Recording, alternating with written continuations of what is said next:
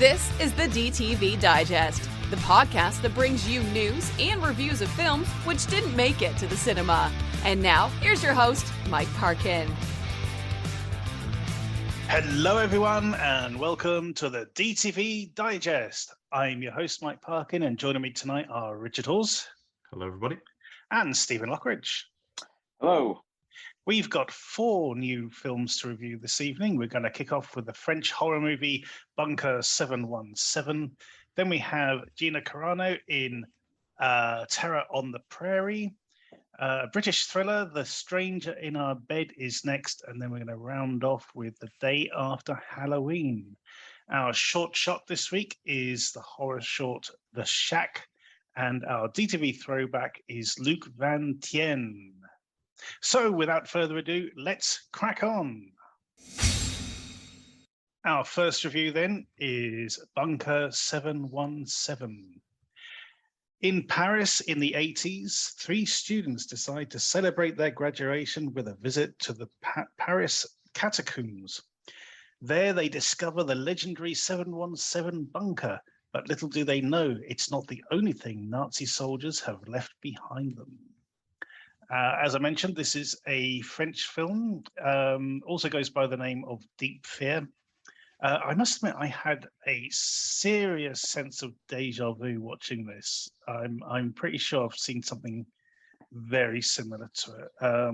As above, so below, it certainly touches on it. But I'm pretty sure I've seen something else which fits this.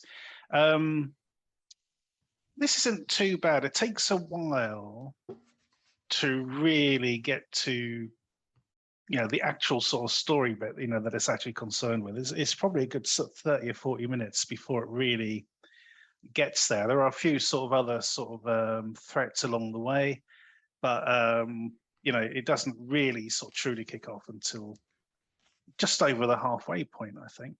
But I didn't mind this. I'll talk about this a bit more shortly. But Steve, over to you. What do you make of Bunker 717? It was okay. It was, like I said, to me, it took a long while to get going. And it reminded me of I've not actually seen the other one, As Above, So Below. I've seen the trailer. I thought it looked very similar. That kind of crossed with The Descent a little bit. I just found it a bit of a slog for the first 45 minutes, really, and then it kind of kicked into gear. And by the end, before the end, it was actually quite good. But what I found was, it's one of these that's advertised as, the Nazi guys on the poster and whatever. Is he in it for 5 minutes, 10 minutes, if that? It's more about the getting lost than the actual what they find, shall we say? It's almost an afterthought, isn't it? It's like, and there's this. We'll chuck this in at the end. It was okay. It wasn't anything special or not I haven't seen before, but it was done all right. I think this is one of those films that it tries to wrong foot you as to what the actual threat is, isn't it? Because it gives you a very human antagonist for sort of various parts of the film, and it could easily just have played out like that, like something like Judgment Night or something like that. It could have gone that way. But then it sort of wrong foots you again. It goes, actually, there's this down here as well. Rich, what did you make of this one? Yeah, I think what you guys have said is pretty spot on. It is kind of this hodgepodge of various different movies. I mean, we mentioned The Descent, but the one I was sort of thinking of quite a lot was Creep. The one about the the Chris Smith one. Yeah, Chris Smith. Yeah, that's right. Yeah. Which then takes you, which is kind of itself was a reference to Deathline, an old that's right. Donald Pleasance. Donald Pleasance. Yeah. So basically, like cannibals in the subway system kind of thing. There's also like a touch, especially as you say, when we get to that end part, and there's there's a not just the Nazi, but there's a creature as well. It's a bit Resident Evil like. Yeah. And I think they've kind of combined all these different bits, the urban explorer theme, which, as you say, as above, so below. I haven't seen it, but I was thinking in my head, there's been another movie that's done this recently, I'm sure. And I love the fact that it's a French horror movie, which we don't see a huge amount of. I mean, there are, there's been Martyrs and all sorts of other stuff, but, they don't come along quite often. And this is quite a mainstream one. It's teen horror, basically. So I was quite pleased, that it's got picked up and it's getting a release. The distributors Lightbulb have given it. I don't know if they did the art, whether they commissioned it or whether that's been used in another territory. But it's got this very, exploitation grindhouse-ish, sort of artwork to really capture it. I mean, it does. I mean, I think the artwork looks great with the sort of Nazi zombie guy on the front, and the title having been changed from Deep Fear, which I think suits the film better, because the bunker, like you say, is kind of just a part of it. It's not the whole not the whole deal. So even the film itself, it said there's bunker 717 is visible in one or two of the scenes, but it's it's not like they linger on it like this massive thing of significance. No, but but obviously, because that title comes up, it's been inserted at the front, and it's got on the cover art there. That's what you're waiting for, so it sets up different expectations. So that's a downside, but it also was a reason that I came to watch the film. So it really caught my attention. I do think Deep Fear actually fits the film better. I think it's got quite a nasty edge to it, the whole thing. It's quite bleak, but again, the descent and all that sort of stuff fits well. I mean, there's even actual bits like in The Descent where they're crawling through these really, really tight passages. So you can't get more Descent than that. I must admit, I don't consider myself to be claustrophobic, but you will never ever find me in that situation. Because I'm a big guy as well. The fear of getting wedged and stuck in one of those sort of small tunnels is I just could not do it. You never find me like spelunking or anything like that personally. I love tunnels. I love all these old sort of tunnels kind of thing, and I love that idea of doing a tour of that kind of thing and stuff. But I wouldn't go off piece like these guys are doing and crawling through all that. Well, I think that's a nice idea. There's a lot to explore down there, and they show that there's a lot going on, and you almost expect them to run into like Dennis Leary and the guys from Demolition Man or something with cooking their rat burgers and whatnot. But it's Urban Explorers, Chernobyl Diaries, I think did that as well. It's quite I will say, because we mentioned a couple of times, if you haven't seen As Above, So Below, I really do recommend it. It is a very good horror film with some really good ideas. Now, I haven't seen it, as I said. So where is that a French film, American film, or? It's an American film, right? But set in Paris. But set in these catacombs. Well, I'm pretty sure it's actually a found footage style film. Oh, okay. If I remember correctly, but it does a lot with it. It's I really like that one. But yeah. Okay. Anything more for this one? I will say, actually, the makeup effects, the special effects work for this is really good. Some really nasty injury details. Oh yeah. Which were very well done, I have to say. I was a bit confused. There was some things like one of the characters seems to sort of disappear. I don't know if I wasn't really paying attention, but it seemed like it was almost like, we're going to come back for you, and then it seemed like they weren't. So I might have sort of missed something there. And also, I don't think they kind of, I mean, I know you can over-explain things and under-explain things and that, but the thing about the Nazi living in this, staying in this bunker for all these years and whatnot, I don't think they gave us, well, they didn't give us anything, but I was like, why was he down? Why didn't he just leave? Or why did he, and how did he stay alive? I mean, I know he could probably live off rats and all that sort of stuff. And I understood his complexion and things because he hasn't been in the daylight and stuff. The assumption by one of the characters, the nerdy one with the glasses, he assumes that he doesn't actually know the war had ended and just sort of stayed down there, sort of doing these sort of weird experiments and stuff, Yeah. and dissecting people and all. Oh, that bit, well, yeah, the bit where they find all the bits and pieces and that's pretty. That's some great production design and stuff there. Yeah, very much. But yeah, I mean, the idea that he would have, he just never thought to check. So I know. I don't quite buy that, but it's a fun concept or whatever, and who knows, they might sort of elaborate on it in a Deep Fear 2 or something down the road. Yeah. I mean, the kind of film that came to mind when I was watching it was sort of one of the high watermark, which is Frit Wilt, the Cold Prey, Raw Utag's film. I think that's for a non-English language sort of slasher movie, that's kind of high watermark. And this one, because it's kind of beating about the bush too much, for want of a better word, it doesn't really establish what it's doing too much, and so you kind of get a little bit at the end, and so hopefully maybe they'll sort of do something a bit more in a sequel or something. But yeah, I enjoyed it. I think it's worth watching. Yeah. And on that note, how are we going to score it, Steve? I'll give it a 7. And Rich? Yeah, 7 from me as well. It's a solid 3 7s for Bunker 717 from Lightbulb Films. Go check it out.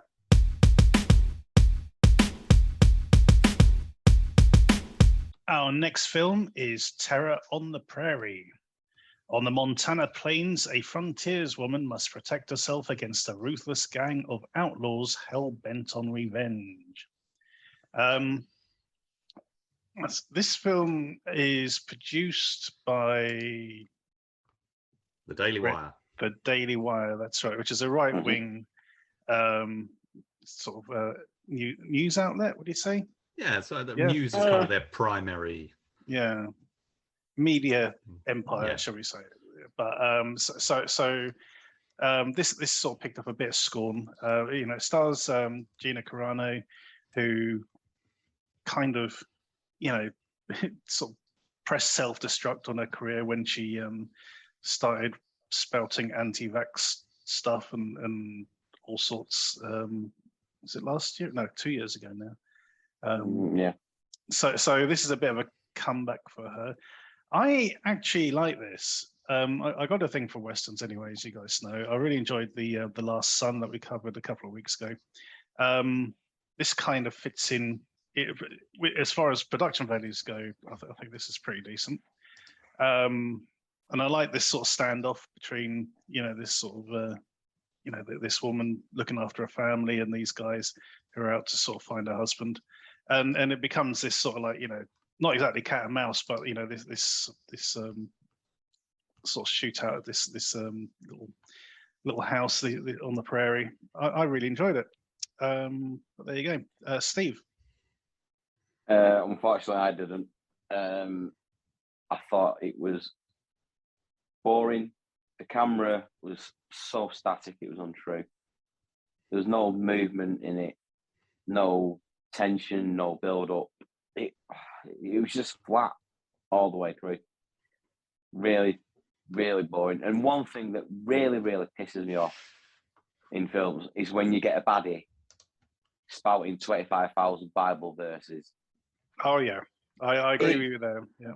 It just winds me up, and I can't be doing with it. And I just found it really boring and really flat. You knew what was coming. And even, it took, 45 minutes to get to the standoff?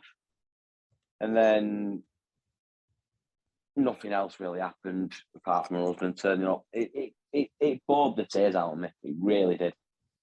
And I knew it was one of these that she'd done for this.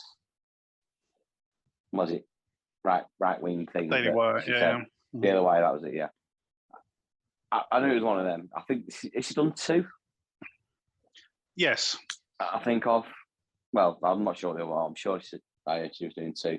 Yeah. I hope we don't get the second one after this. I really don't. I was just bored to tears. Really was. Oh, that's a shame. Rich, did you enjoy it any more than Steve? I'm not a big fan of westerns, really. It's not my genre, but I really like this a lot. I thought the locations just looked spectacular. The production value that you get from that location, Mm. and obviously it's well shot, but it is a film that almost entirely takes place around one cabin. There are some scenes that take place in town and stuff, but for the most part, it's just there. And yeah, I was on board with it. I thought the cast did really well. Interestingly, we've got Daniel Day-Lewis's son in there as one of the bad guys, I think. And also during the town section, Samara Armstrong, who you may remember from,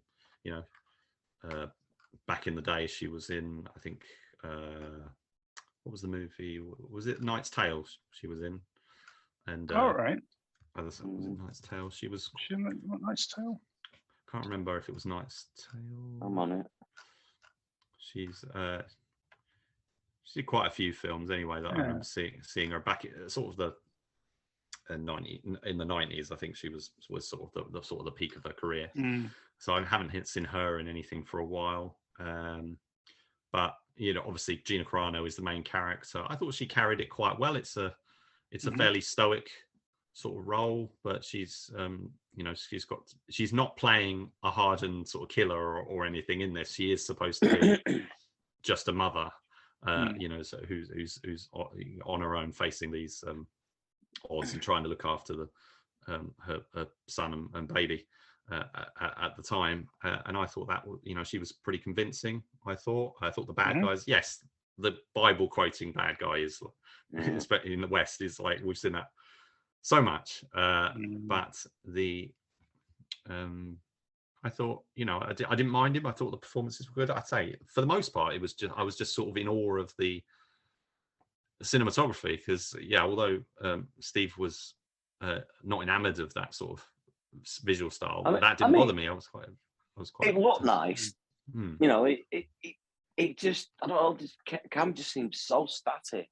It just didn't seem to move, and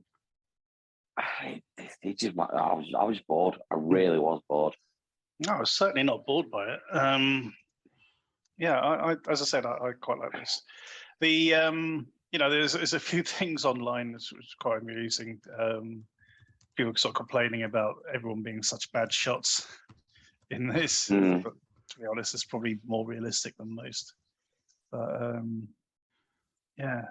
just to correct myself, it's not Samara Armstrong. That was Shannon Sossamon.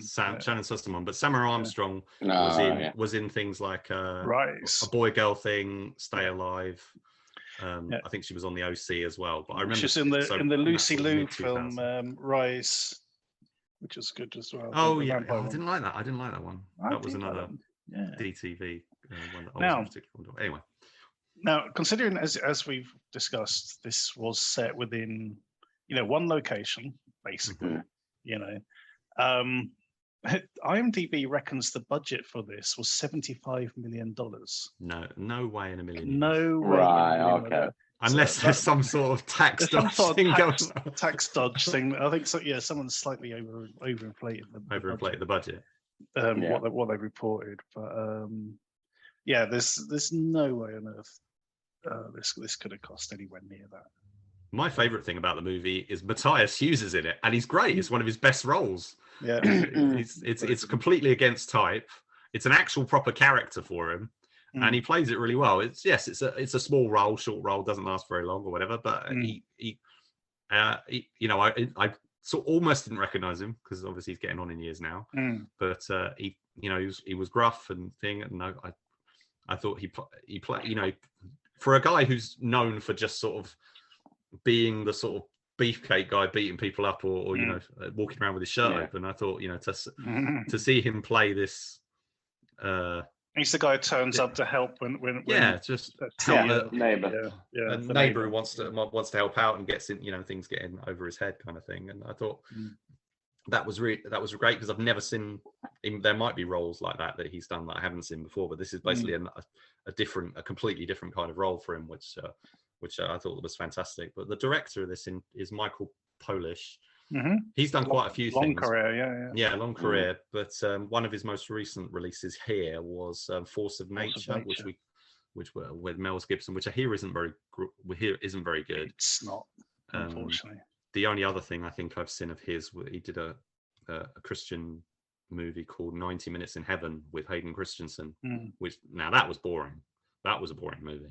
So, but yeah, he's done quite a few. He's a music video director in the past and stuff, and I think he does. I think everyone does a good job on this for what it is. For for a Western, it's got a nice, decent budget look, not a $75 million look, but a nice, decent look. I mean, Montana, I think, lends itself to that. I mean, Steven Seagal's The Patriot was a low budget but beautifully shot, film, in a similar kind of vein. It's this was shot, I think, in like a national park sort of area where they do a lot of sort of Western films and that. So that brings, as long as you got the all you need is basically some really nice cameras and this really nice location, and you're onto a winner already, really.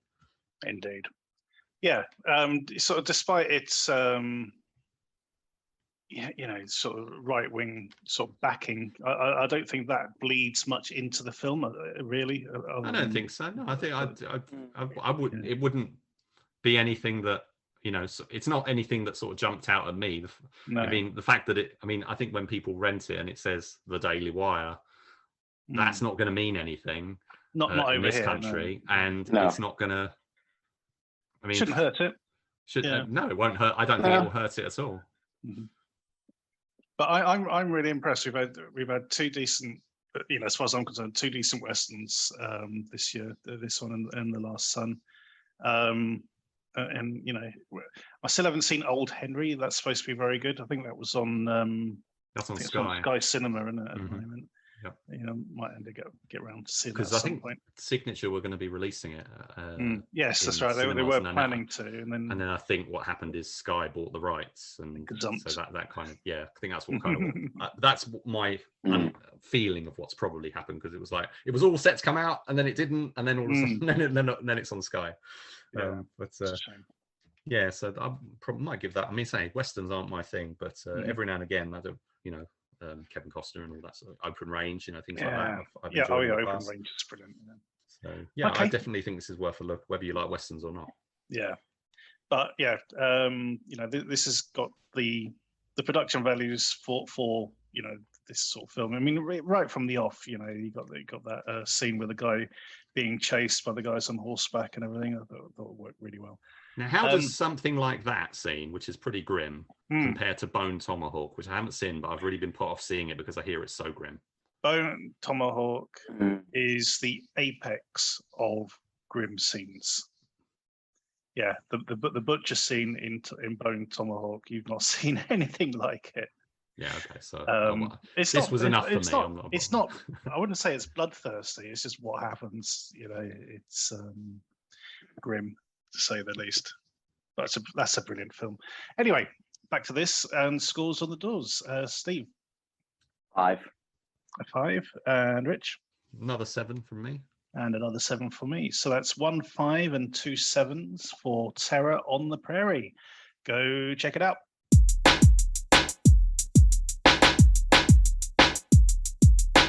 Our next review is The Stranger in Our Bed. A happily married woman leaves her husband for a lover who mysteriously disappears. Okay, so that is the synopsis on IMDb. What we actually get in the film is a little bit different.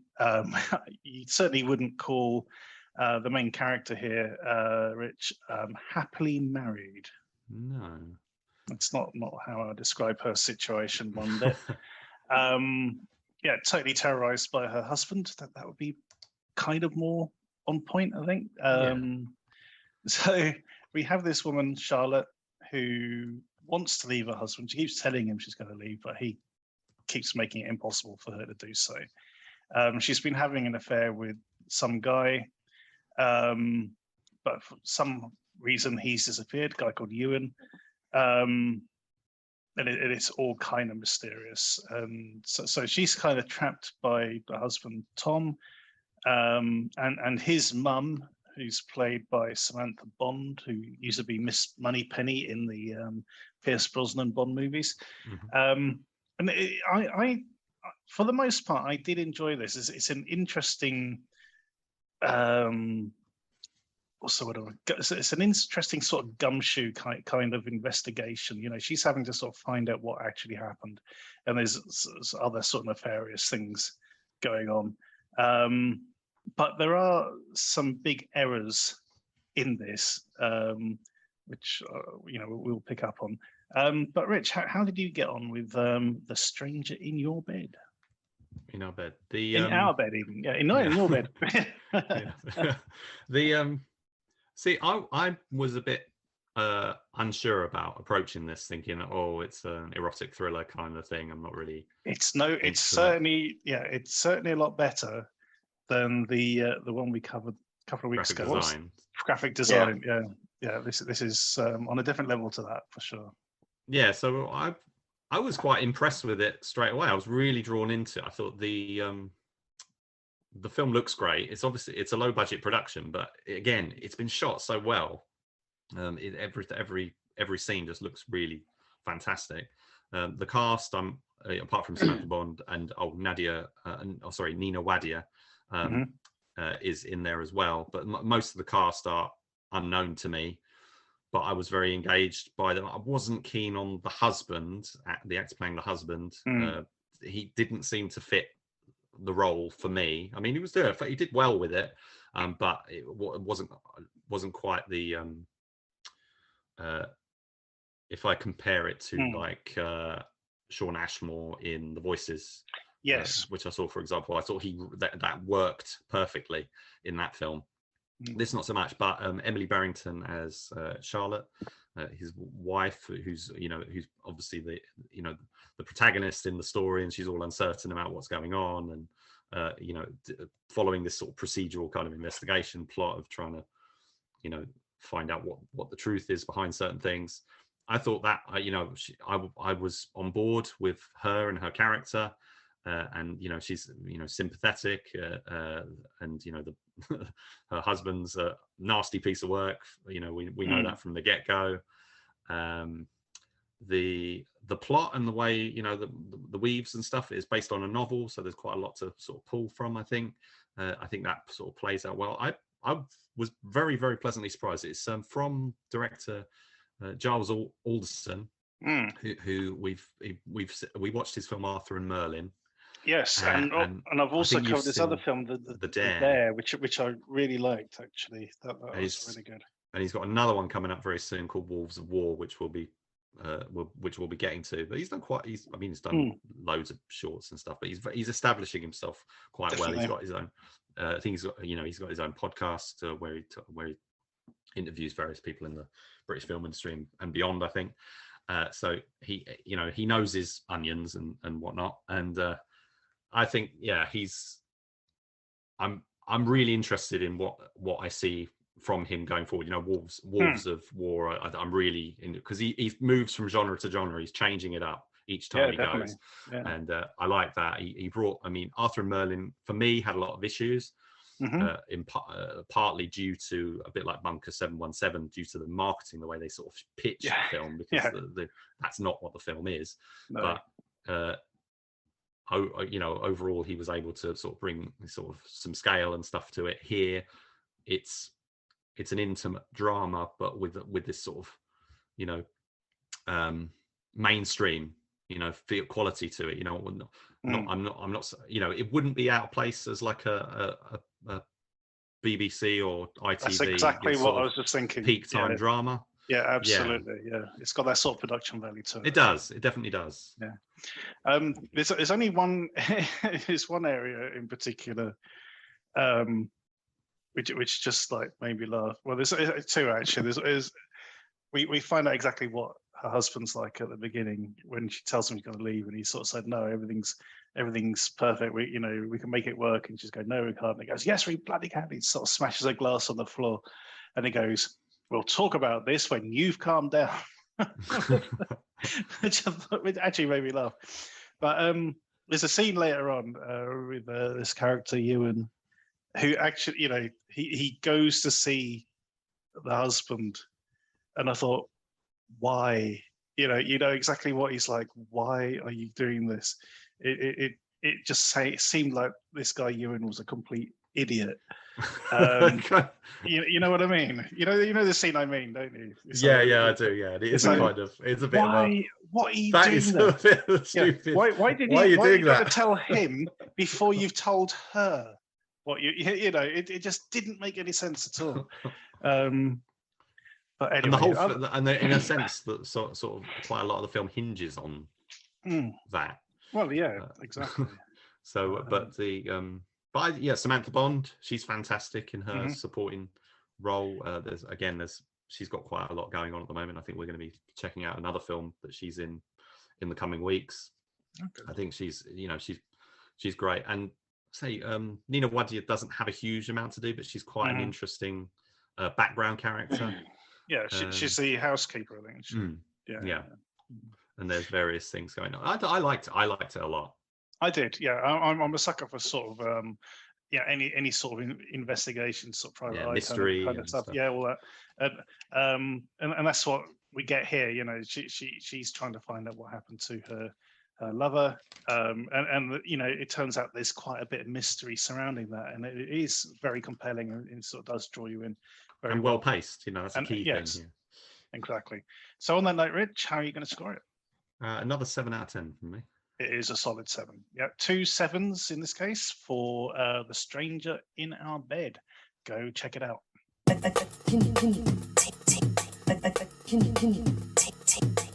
Our next review is The Day After Halloween. Longtime best friends Addison and Hayes awaken after their Halloween party to a house full of empty bottles and a dead girl in their bathtub. Hayes' girlfriend, to be exact. Neither have any idea what happened to her and must try and remember the drunken events of the night before and consider what to do with the body. I'm really interested, Steve, to know what you think of this one, because I've kind of likened this to what would happen if Dante and Randall from Clerks discovered a dead body in the in the store. That's very much how this plays out for me. Yeah, well, that's what happens in Clerks. Well, that's true. Yeah, well, I mean, yeah, somebody does die in Clerks, but we know why. You know, yeah, that's true. That's great. Yeah. But anyway, I'm really keen to find out how you got on with this one. I enjoyed it to a point. It's, you know, it is funny. Yeah, it is. You know, Dante and Randall running a drive-in and having a party, basically, and yeah, it just kind of switched. I think you put it on Twitter, your review. I think I read it. And the point you made where the flashback, flashback, you know, jumping through the time. It gets tedious, doesn't it? Unfortunately. It does. It does break it down a bit. And then all of a sudden this big like supernatural swing comes in as well near the end, and I'm like, okay.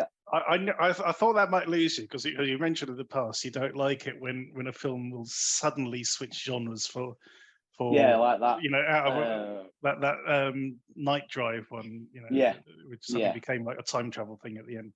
You know, that sort of thing. So I'm kind of not surprised that sort of like might have jarred with you. Yeah, that bit kind of did lose me a little bit, but like I said, it was funny. The performances were good, especially the two main guys. You know, you quite dour, miserable bastard, really. You know, and the other one he's a little bit more perky, but you know they've both got a self-destruct button in their lives, and you've got like connotations of The Hangover in there as well. You know. Like, oh my God, what happened last night, sort of thing. Yeah, that kind of thing. And when you actually find out what happens without the supernatural element, you kind of like, okay, that's kind of strange, but yeah, it's okay. Yeah, I really good points, but there's a couple of bits that just let it down slightly. I really enjoyed this. I wasn't sure what to make of it at first. because it starts with the character Addison, who's played, I think it's Danny Schluck.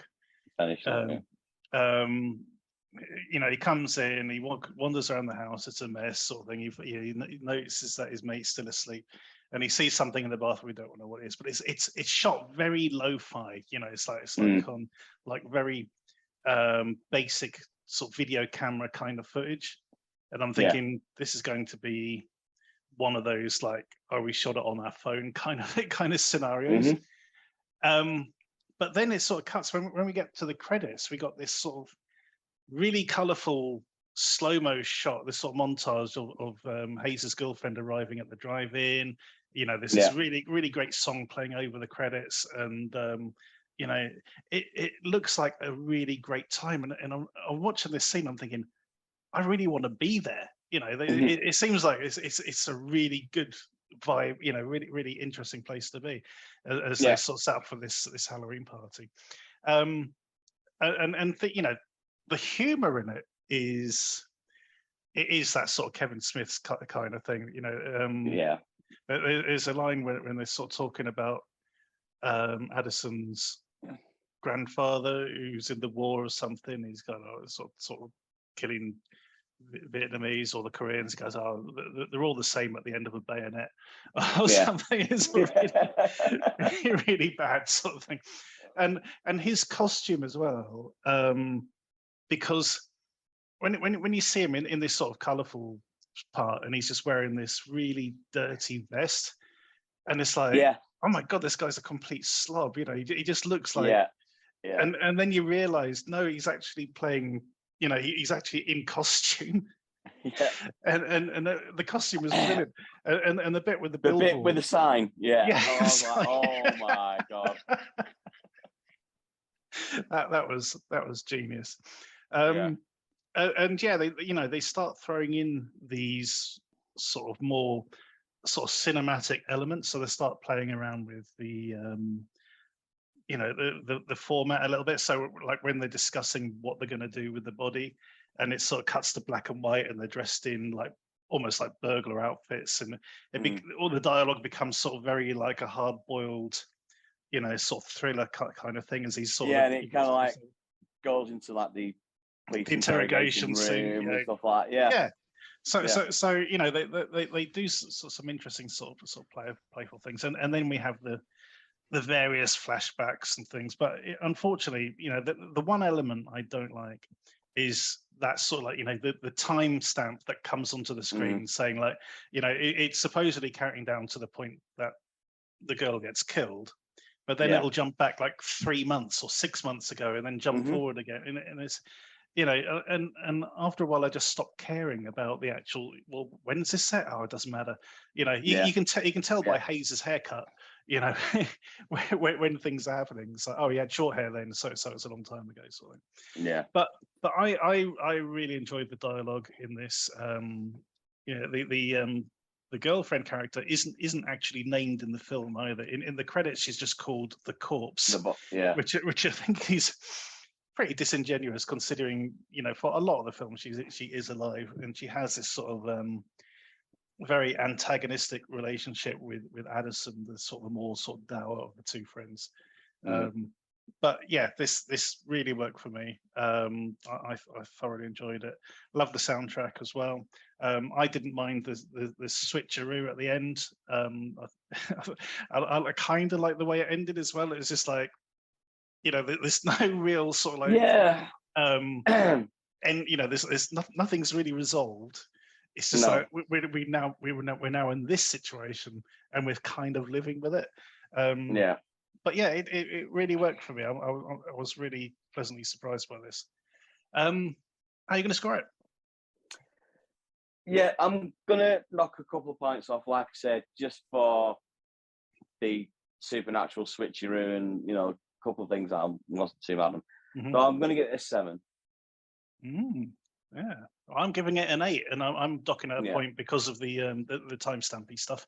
So yeah, this definitely you know, has a lot of potential. I just want to point out as well that did you figure out where the names Addison and Hayes came from?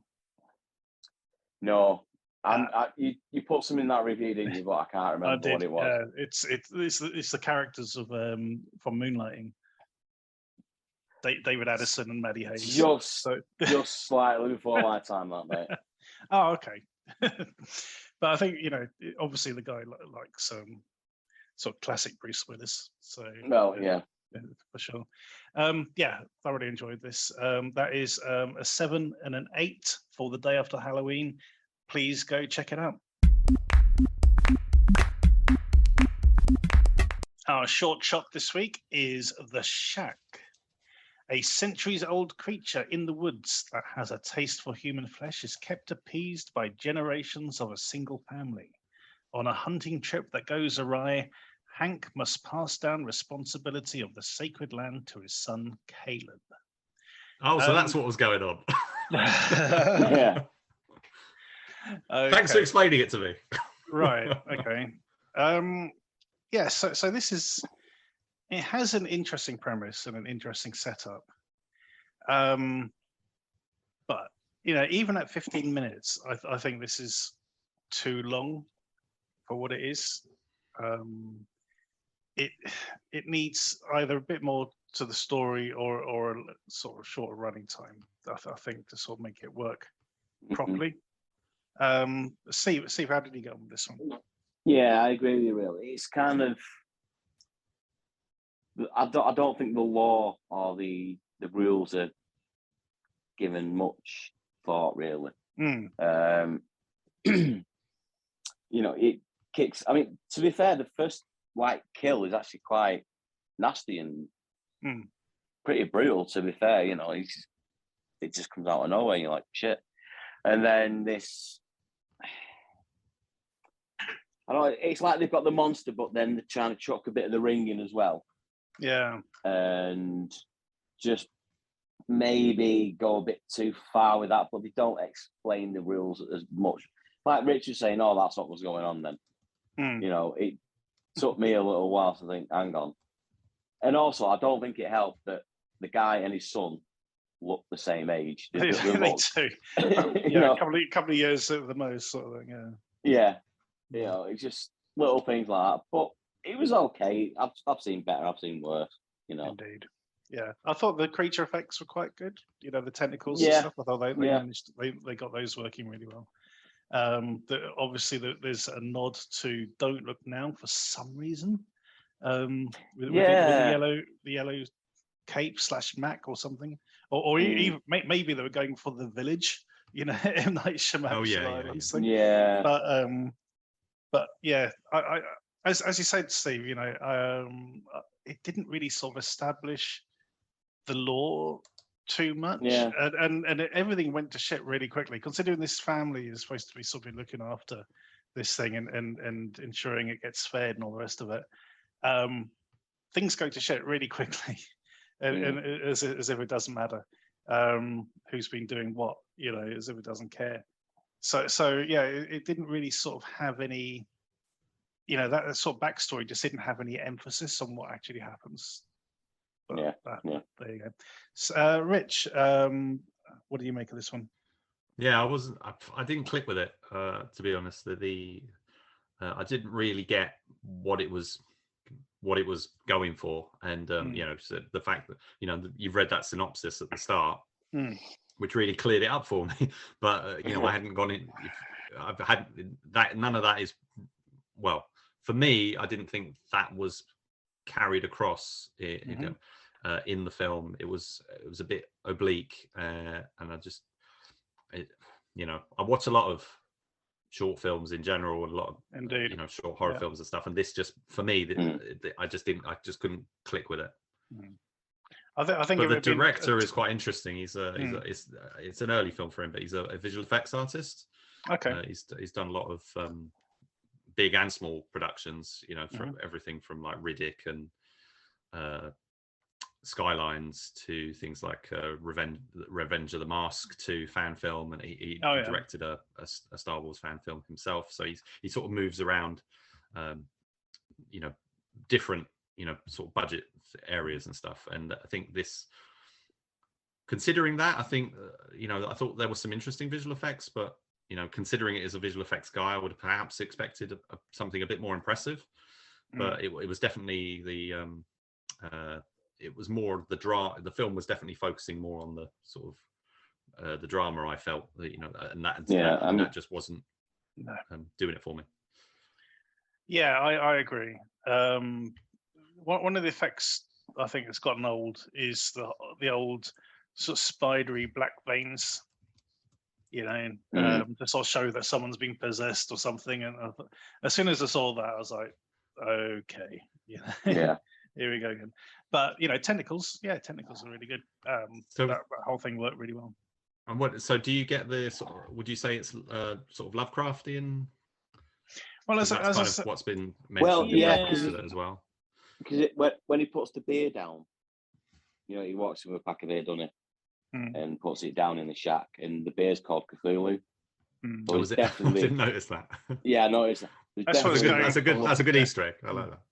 Now we talked about this the other week, Rich, about what I consider sort of classifies as Lovecraftian, and it's the idea. Yeah, when we're sort of talking about Black Site, the other Black Site, the Tom Payton one. It's the concept of sort of something ancient and massive, basically. So huge that sort of humanity just is an insignificant ant to it, kind of thing. And sort of the whims of man just have no impact on what the sort of interstellar kind of lives of these sort of creatures. And I don't think we got that from this. This is sort of more the Ring kind of thing. It's like, it's a curse, Yeah. So yeah, I don't buy it as working on that sort of level. Yeah, I think you're right with the Ring sort of things. I hadn't thought of it, but when you say that, it sort of it definitely resonates. This was put forward to us by the guys over at Dark Matters. They're a channel over on YouTube. I think this is about their 13th, 14th release. They distribute films. They're not the films they've made themselves, although I think they do make their own films. But they've got films from various different places. I just want to mention a couple of others that I've watched recently and I thought were pretty interesting. There was one called Off Fleek, which is a pretty grim sort of social media kind of tale of about this young girl who's got her images being criticized and stuff, and she has quite an extreme response to that.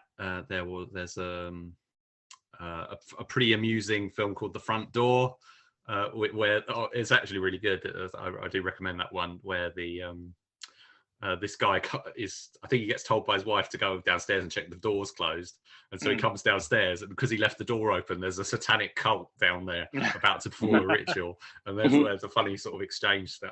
That's a pretty amusing one. And another one which is called The Barber. That's pretty interesting. But there's a whole bunch on their YouTube channel, so feel free to sort of check them out. They cover sort of a wide spectrum of horror. Okay, we do not score the shorts, but we do recommend you check them out. This one didn't exactly float our boat, but there are definitely sort of some good quality points in there. We'll put a link to this in the footnotes below. Go check it out.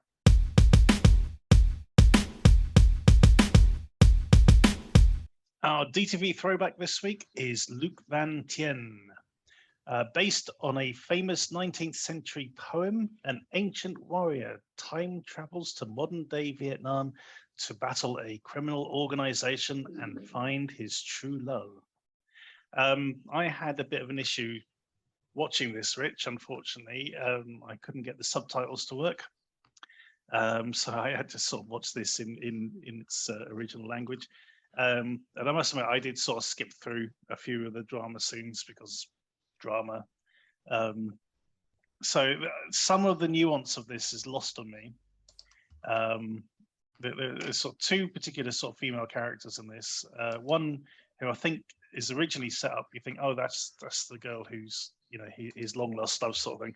Yes. But then at another point, it seems to be this other lady who's like she seems to be like a priestess or something, sort of all dressed in white most of the time, and it sort of possibly turns out that she's actually the one he's supposed to be after, but yes, hardly any of that matters because we've got Marshall Clubb on hand,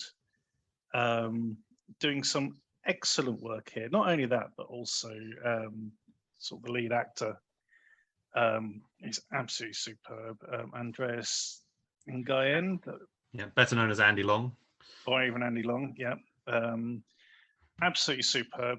And then we've got, as you say, Brian and Andy Lee from Marshall Clubb, and they bring so much humor and acrobatics to their fights. They're absolutely superb. I was laughing out loud at times. Some of the stuff, the whole sort of running gag of Andy getting stabbed in the bum. Yeah, I just thought it worked really well. So yeah, this from a martial arts point of view, from an action point of view, this is very, very good. And I'm sort of annoyed that I didn't get to see it at the Fighting Spirit Film Festival when it showed. So obviously you've seen this before, Rich. How did you get on with it? Yeah, when I saw it at Fighting Spirit, absolutely loved it. I thought this is a proper love letter to Jackie Chan's movies, and we've seen a lot of those, and I think this does it better than most. Andy Long's, we haven't seen him in many leading roles. This is kind of he's German, and all his. He was part of his stunt team, wasn't he? He was part of Jackie Chan's stunt team. I think he might have been at some point. I can't say for certain. Yeah. I don't know the precise things. Yes, he worked on Chinese Zodiac, and so he's very influenced by Jackie's style. And when he's playing this leading role, say he's playing a Vietnamese character. I'm not sure how much he knows Vietnamese, but obviously that they've got. He might be. I'm not sure if his heritage is Vietnamese, but he's German typically. He's him and basically everyone else. The young masters, Felix and Lorenz, are in there, helped him out, as well as obviously the Marshall Clubb guys who are American.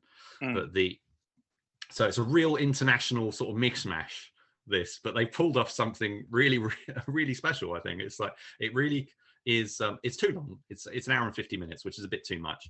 Yeah. But I think outside, although you come for the action, that's why I came. I think the characters are engaging, and you enjoy spending time with those characters. That the film flows quite nicely. So even when Andy Long is not revealing his ridiculously impressive six-pack and performing incredible feats, and getting into the fights with, say, the Marshall Clubb guys, and especially at the end when he fights the young masters, Felix and Lorenz, a 2-on-1 fight. They were really good. It's fantastic. That's the thing about the movie is it's quite a low budget looking movie, but they get a lot out of it. I mean, I think especially when you get to the end, which is your typical showdown at the docks kind of thing. But it seems like they had like they saved the budget or something, because it all goes into nighttime, because most of it's shot in daylight. It's nighttime, and it's all very atmospherically shot, and it looks fantastic. So it's a great climax to the movie. But so I like the characters. It's a fish out of water kind of Crocodile Dundee-ish thing at the start. It's got this sort of light fantasy thing where he's essentially come down from the heavens to look for his lost love. So it's a very, very whimsical film. People in a massive city, people just run into exactly who they're supposed to find, serendipitously, and cross paths and stuff. There's also some excellent costume design and hair and makeup.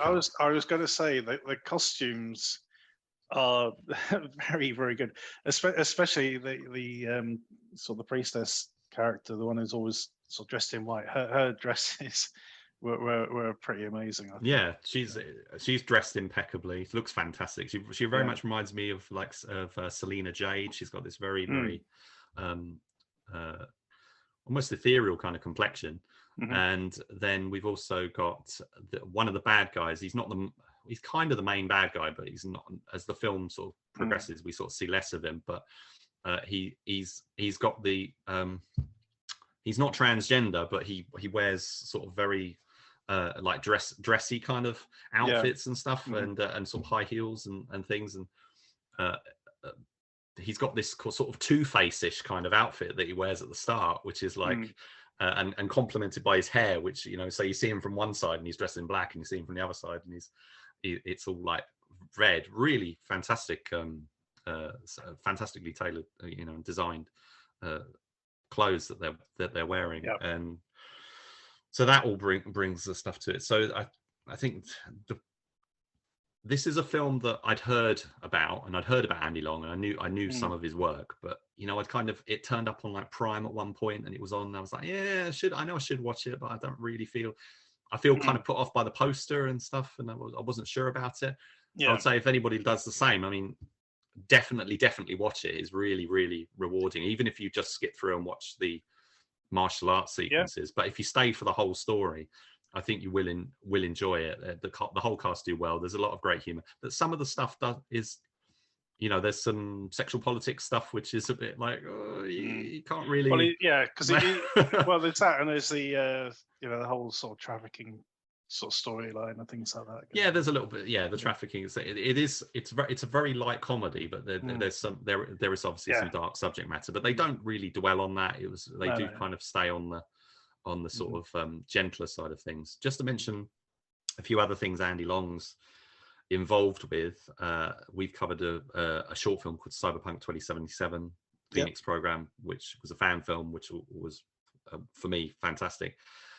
He's also he's the fight choreographer, I don't know if he's the fight choreographer or a fight choreographer on Accident Man 2. He also did he's done work with Vijay Jamwal, the Indian martial arts actor, basically the Indian Scott Adkins to an extent. He's done quite a lot of work with him, including an excellent Die Hard in a hospital kind of movie called Sanak, which is on in the UK you can see it on the Z5 app.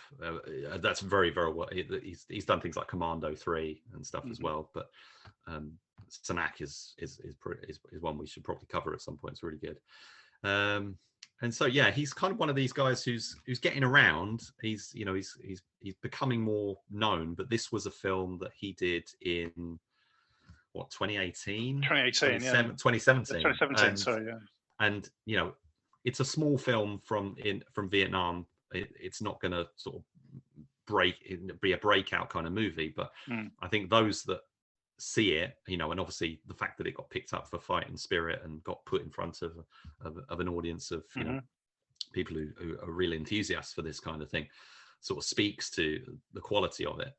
And I think those that have seen it have really been impressed by it. It's just one of those films that's really flying under the radar, and it's on Plex. You have to put up with quite a few ad breaks, unfortunately, which does make the hour and 50-minute runtime into feel like about 2.5 to 3 hours.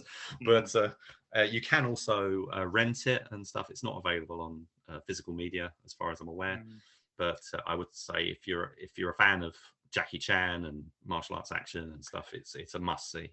Yeah, so I mean, there's a fight where it takes place in this sort of circus thing, and the audience think it's the actual show that, you know, and they're loving it, and it is so intricate, you know, to do with these sort of metal rings and stuff and the way they're being used, sort of multiple attacks and everything. It is really top notch. You know, if you are a fan of Jackie Chan, you know, it is very comparable. You know, we even get a Jackie Chan bit of outtakes at the end, which shows, you know, they were getting injured when they were doing all this stuff. You know, he was ending up in the hospital, things like that. There's one particular stunt where he's getting beaten up by the two brothers, and he does this sort of spinning fall off a balcony onto some sort of tables and chairs, which sort of obviously break when he lands, and you see the look of pain on his face, you know, as he sort of like hits it, and I'm thinking, he's not acting, you know,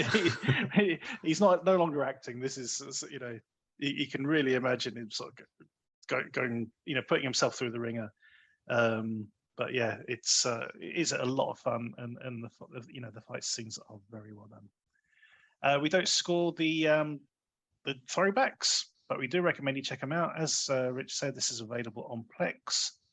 Hopefully you have better luck with the subtitles than me. Otherwise, you can rent it on streaming services. So please do go check it out. And that is the end of this week's show. So thanks to Steve and Rich for joining us, or joining me, I should say. No problems. Awesome. Don't forget to check us out on Facebook and Twitter at the DTV Digest, and also check out the DTV Digest Short Shots. I think it's time we start looking at another episode of that, Rich. It's been a while. On the Twitter page for that, Rich puts a new short every evening. So please go check that out as well.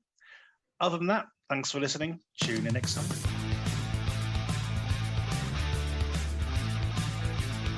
Thank you for listening to the DTV Digest. Let us know your thoughts in the comments and tune in again next time.